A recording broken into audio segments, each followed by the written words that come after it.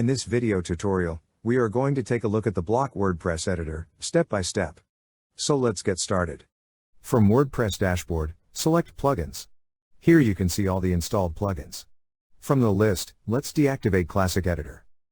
Now go to Posts and select Add New. Here you can see WordPress block editor, click on Next.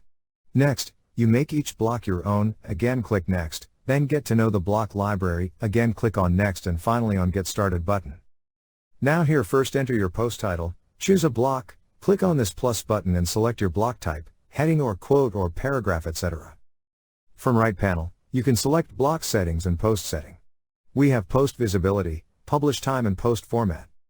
Then we have permalink, categories, tags, featured image, excerpt which is optional, then discussion and its sub-options. Set everything and you can publish it from top right publish button. So this is how the block WordPress editor works. Thank you for watching. Please proceed to chapter number 11. The Gutenberg WordPress editor templates. Inside that video, we are going to take a look at the Gutenberg WordPress editor templates, step by step. See you in the next tutorial.